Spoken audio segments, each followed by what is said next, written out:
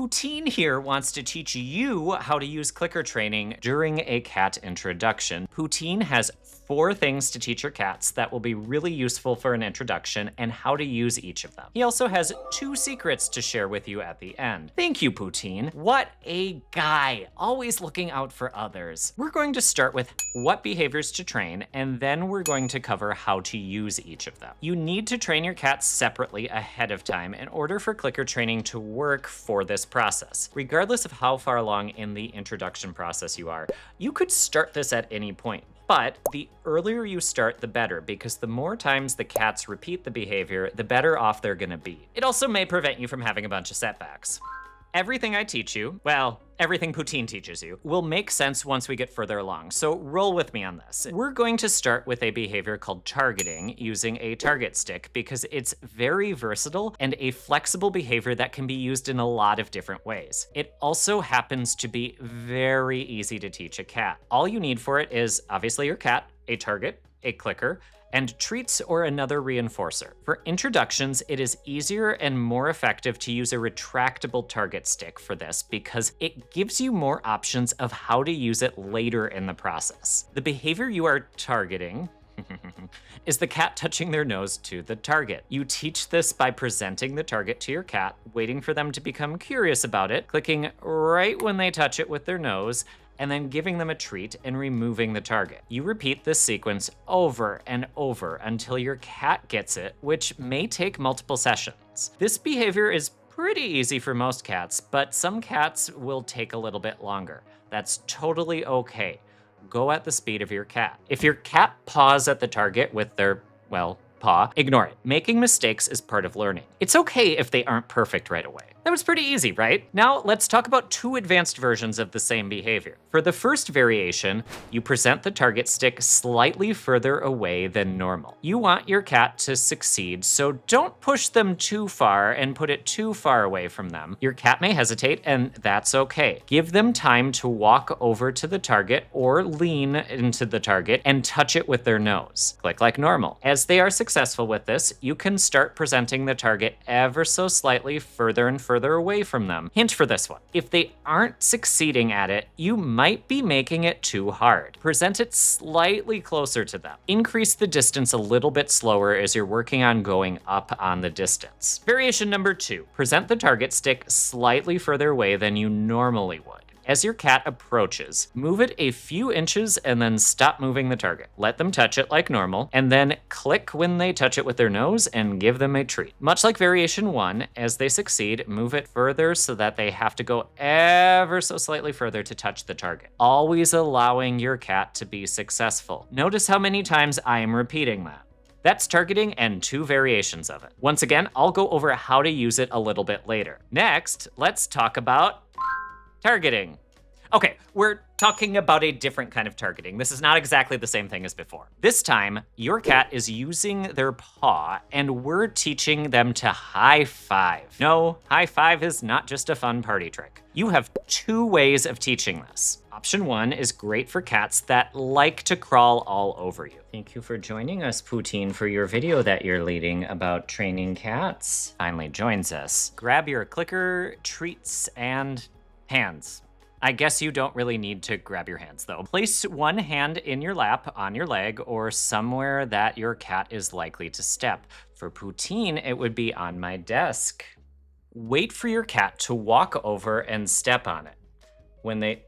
Oh, Poutine's not gonna demonstrate. He's too busy itching. When they step on it, click and give them a treat so that they have to step off your hand. Giving your cat the treat off of you will allow them to have another opportunity to come and repeat the same thing again. Keep your hand where it is and click whenever your cat steps on it. Eventually, you can try placing your hand in a slightly different location. Click and give them a treat. You can then try lifting it off the ground or repositioning it in small increments so that your cat learns to touch it wherever you present it in whichever orientation you have your hand. I'm going to let you in on a little secret though with this one that isn't one of the secrets that I was hinting at earlier, so stick around for those. It doesn't actually matter that much how well you do this to use it during an introduction. If your cat only paws at your hands while it's flat on the ground, awesome, that still works. Don't stress about this being beautiful training. We're looking for functional training. You want your cat reliably doing the pawing and doing it relatively quickly, which takes repetition and likely will take multiple sessions.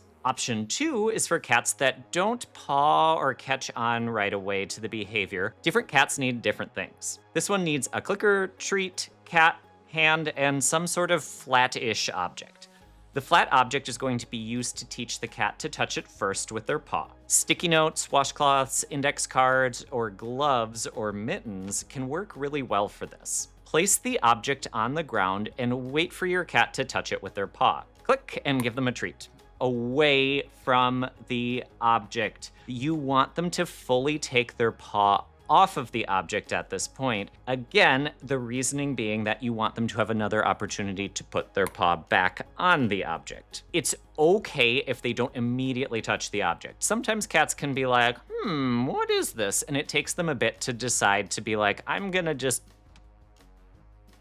If they really aren't getting it, try either clicking first for them sniffing the object or interacting with it in any way, and then change to them touching it as being the thing that you click for, or use targeting to guide them across the object. If you do this method, you are not clicking for them touching their nose to the target, you're clicking for them touching their paw to the object. The targeting is just a means to make the behavior that you actually want more likely to happen. Repeat this until your cat touches their paw on the item reliably. Next, depends on which item you're using and your cat. There's an extra step here that you can do if you're using a washcloth that isn't very difficult. I'm gonna go over that first and then we'll get to the other objects. Fold the washcloth in half and get them to touch their paw to the folded washcloth. Once they're good at that, fold it into a quarter, so basically fold it in half again, and repeat that. Once you're at that point with the washcloth, the process becomes the same for whichever item you're using. Put the item on your flat hand and present that to your cat. When they touch it, click and treat away from the item, so again, they have the opportunity to come back and get another click by touching it again. You want to be clicking for your cat. Your goal is to click a lot for them, so then they have a lot of reinforcement. Once they're reliable with touching the object on their hand, you can either try removing the object entirely and just present your hand, and remember, this works for some but not all cats, or move the object ever so slightly so it goes up onto your wrist. If you're using a mitten or glove, you'd take it off at this point and set it on your hand so then you're not wearing it. Your goal now is actually to have your cat, quote, screw up. You want them to miss the target and touch your hand. Keep clicking when they touch the target so that they don't get frustrated, but if they touch your fingers or the side of your hand, click for that too. Once they've done that a few times, stop clicking for the flat target or remove it from the situation entirely. Now the process is the same as the first method. You are going to click when they touch your hand, change your hand positioning, blah, blah, blah, blah, blah, blah. Same thing. This one is a bit trickier, so for purposes of this video, I'm going to end it there and assume things are going well. If you need individual advice, find a professional cat trainer or behavior consultant who can help you figure out what is going on with your cat. We've got 2 more things to learn, and then I'm going to go into how to use each of these behaviors. Next up is... Really? Oh, it's targeting again. Well, that's a surprise, I guess. Kind of. We're not doing targeting again. We're going to teach a cat to sit on a mat or go to a particular location. You need something like a round gym dot, a washcloth, or some other flat object that will be larger than the one that you used for the last behavior. I am going to collectively refer to all of these objects as a mat for purposes of this video, but, you know, whatever it is, it's the same thing. If you're a grandmother like me, using 2 pieces of fabric sewn together using a sewing machine can work really well for making a mat for your cat. Honestly, you could even teach your cat to sit on a plate if you really wanted to. You do you. The first part of this is gonna be the same as for option 2 for high 5. Mat on the ground, cat touches the object with their paw, click, treat away from the object, and then repeat. You can also use targeting for this. Once they're doing 1 paw on the mat, try to get 2, then 3, and then all 4. If they skip ahead and do multiple paws on the mat, great, we love that. Go for it, click and give them a treat. Once they've done that a few times, stop clicking for just 1 paw on the mat. Your goal is to get them to have all 4 paws on the mat. At this point, you can decide if you want to have them sit on the mat or not. Many cats will just sit on their own, so just wait for them to do it and click when they sit. You can also try arching a treat over their head to get them to sit by keeping their eyes on the treat and clicking when bum meets mat. I actually really hate this method because I find it kind of finicky to get the distance between the cat and the treat exactly right. Some of them will just keep backing up and never actually sit. They'll paw at your hands with their paws and try and grab the treat. It can be kind of chaotic. This is about you and not me, so try it if you'd like. Once your cat is doing it reliably, notice that's a theme, you can try adding a cue. Now, very important, do not do this until your cat is actually doing the behavior exactly how you want it, or you'll confuse them. A lot of novice trainers try adding in the cue right away, and they get frustrated when their cat doesn't listen. Your cat doesn't understand. They're not doing anything wrong. Visual cues, such as a hand gesture, or verbal cues, such as place, mat, or penguin, because the word does not actually matter. Your cat does not speak English. Can work, but doing both at the same time might be best so you have options. Cats might understand visual cues better based on some of the research that's out there, but it is actually helpful to have a verbal cue for a lot of why you would be using these behaviors. So I'd go for both. I'd just, do all the work once and then have both of them as an option. The quick version of how to add a cue is to repeat the cue right before your cat does the behavior you want them to be doing, right as your cat is sitting on the mat or right as they're stepping on it. You need your clicker like normal to mark the behavior. Don't stop clicking. The cue is not to mark that the cat did the behavior. The goal is to make an association between the cue and the cat actually doing the final behavior that you want, so later you can ask them to do it when you would like them to do it. Repeat this a lot. You need to repeat this more than what you think you will. Don't try listening the behavior until the cue is reliable and you've done a lot of repetitions, or your cat will just be like, WTF, I have no idea what's happening. Some cats will catch on right away, but ultimately this is about your cat learning, so it takes as much time as your cat needs. Phew.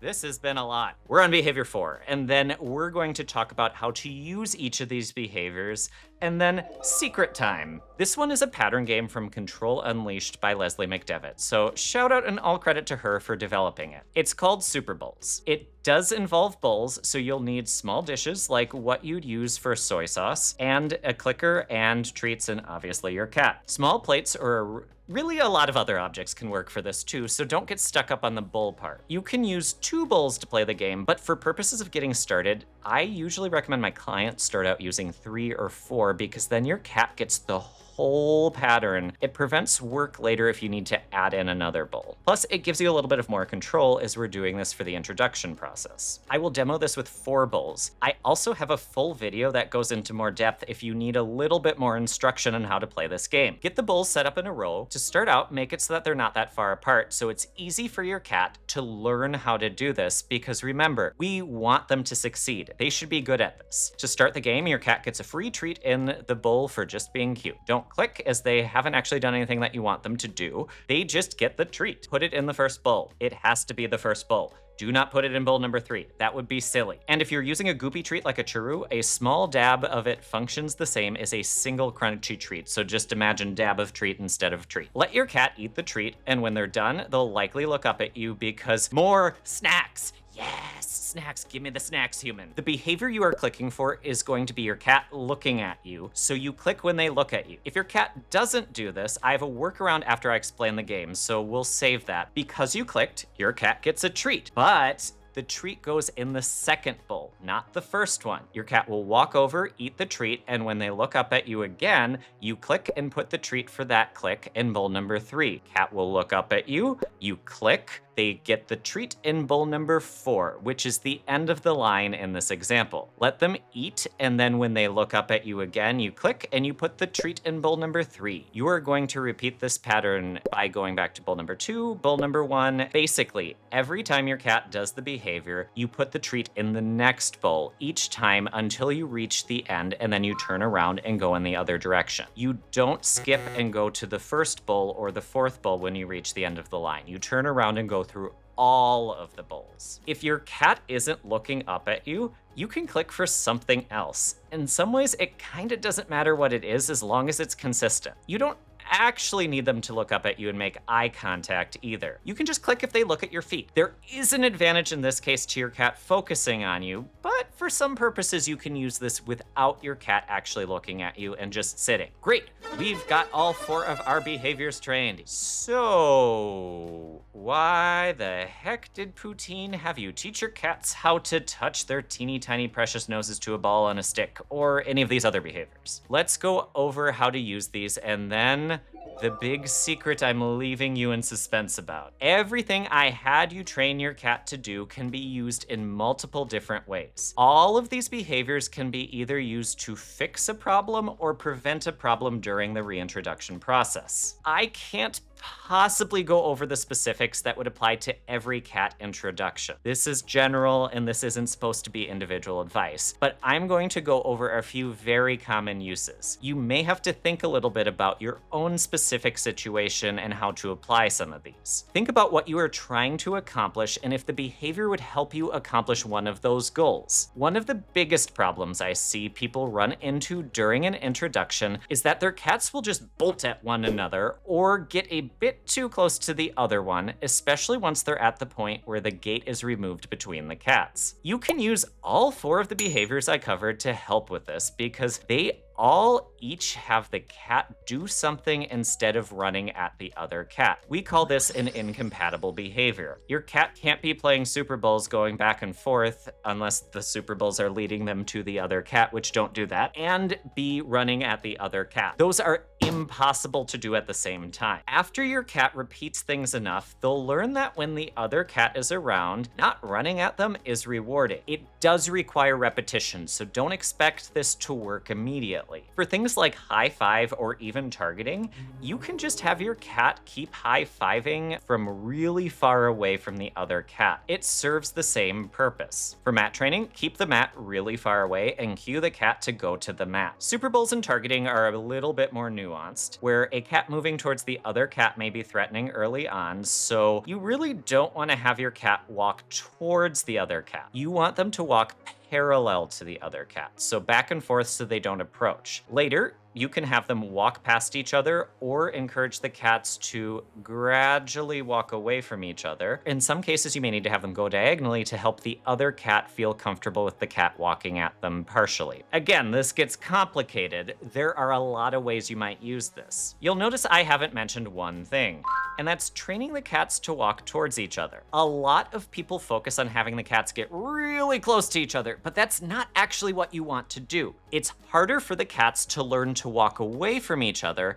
and you want to prevent the cats from becoming upset with each other. We're not trying to force them together, we want them to feel safe. If they choose to get closer and both cats are fine with that, great. If not, forcing them to get closer will actually backfire on you. The cats will just be scared and it won't help you progress. You can use targeting, Super Bowls, and mat training to teach the cats to walk away from each other, which is what you actually want. Mat training, you just cue the cat to go to the mat, and Super Bowls, you can have them play it so that they stay at a distance from each other or go diagonally. Targeting is my favorite for this though, because it's easy to teach a cat and you can do what I like to call orbiting. Think like a moon orbiting a planet. You have your cats go in an oval shape towards the gate that separates the cat and then away from it, so they go in a circle. Ideally, you'd have them touch the target when they're really far away from the other cat. Depending on the situation, you may have to have them touch the target by the gate and then touch it away from it and give them a click for that. It really depends on your cats. Now, you might be like, Joey, you said not to have them walk at each other. If you're doing orbiting correctly, they're not going to walk directly towards each other. It's going to be at more of an angle, which should be less threatening for the other cat. You also should stop pretty dang far from the other cat at first and gradually move it closer and closer so the other cat gets used to it in a controlled, calm way. If a cat seems hyper-focused on the gate, you can pull out the target to cue them to walk away. This can also be used to interrupt a behavior you don't want the cat doing. For example, if the cat is staring at the other cat. Your cat won't be trained to do the unwanted behavior as long as you do the training at other times too, because they're not getting the treat for doing the behavior that you don't want. They're getting the treat for doing the nose touching behavior and touching the target. Because you already trained the behavior, your cat should understand exactly why they're getting the treat. Now, I mentioned earlier staring. One problem I see a lot in introductions is cats staring at each other. Staring is really threatening to cats, so you want to teach the cats to ignore the other cat and look away from each other. Actually, one place that people go wrong with introductions is they try and focus on getting their cats to look at each other. The cats know the other cat is there. You want them to look away and feel comfortable looking away from the other cat. They should see each other once in a while and look over occasionally, but it shouldn't be for that long. To get the cats to look away from each other, targeting and high five are great tools, though the other two can work as general distractions to get the cats to focus on something else besides the other cat. For high five, have your cats sit to the side of you and keep them high-fiving. If needed, present your hand slightly to the side so they have to look away in order to high-five you. For targeting, do the easy version of this behavior that doesn't require your cat to walk anywhere because we're trying to get them to move their head. Present the target to the side so then they have to turn their head away from the other cat to touch the target. This encourages the cat to look away, and with enough repetition, they'll learn that the other cat isn't threatening. Bad things don't happen if they look away. They'll also have a sense of control over the world, and training is predictable, so it helps in other ways too. There are a lot of other ways you can use these same behaviors, and once you teach them to your cat, you can adapt them to your specific situation. I have to try and cram a lot of information into a short video, relatively short video. This is actually a pretty long video.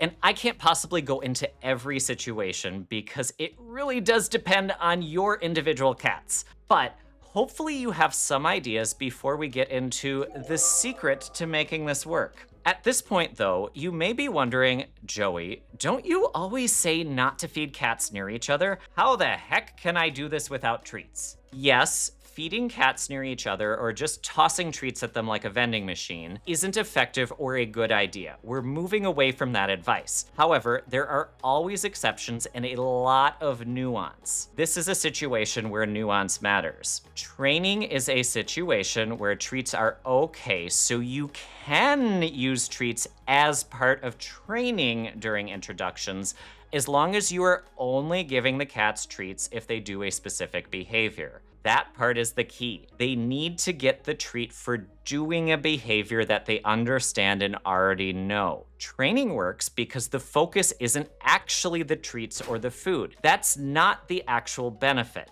There is much more learning going on than if you simply try and toss the treats at the cats and hope that they like each other. They're learning what to do around each other instead of just getting treats. The treats are not the real reason it works. It's giving your cat control and teaching them that the other cat is safe. We're not trying to build up a positive association per se, so much as help your cats feel safe because of the predictability and the control. Yes, I am repeating myself, that is intentional. Repetition helps humans and cats learn. Now it's time for the 2 secrets from Poutine for making clicker training successful during an introduction. First, work on the training ahead of time and practice the behaviors for longer than you think you'd need to with your cats completely separate from each other. The more times the cat does the behavior and gets reinforcement for doing it, the more likely they are to do the behavior even in non-training situations. It also helps them really understand what they're doing, so it's easier for them to do it in situations with more stress or higher level of distractions. If you're doing the training correctly, it should minimize the stress to your cats during the introduction. There will be a little bit and some distractions for your cat and some stress. Doing the work to prepare will get you better results in the long run. Sometimes adding in more steps actually saves you time. Second, you don't have to train every single behavior to make this work. You can accomplish the same thing in a few ways. There are always multiple ways to end up at the same spot. If your cat is struggling with one behavior, pick one they're doing naturally a bit better, or one that they're at least partially doing on their own. If you pick a behavior your cat naturally at least partially does on their own, they're already more likely to do that behavior, so you just have to increase the likelihood that it'll happen. This makes it easier for them to choose to do the behavior, and it makes it easier on you. Sometimes lazy training is the best way. Everybody wins.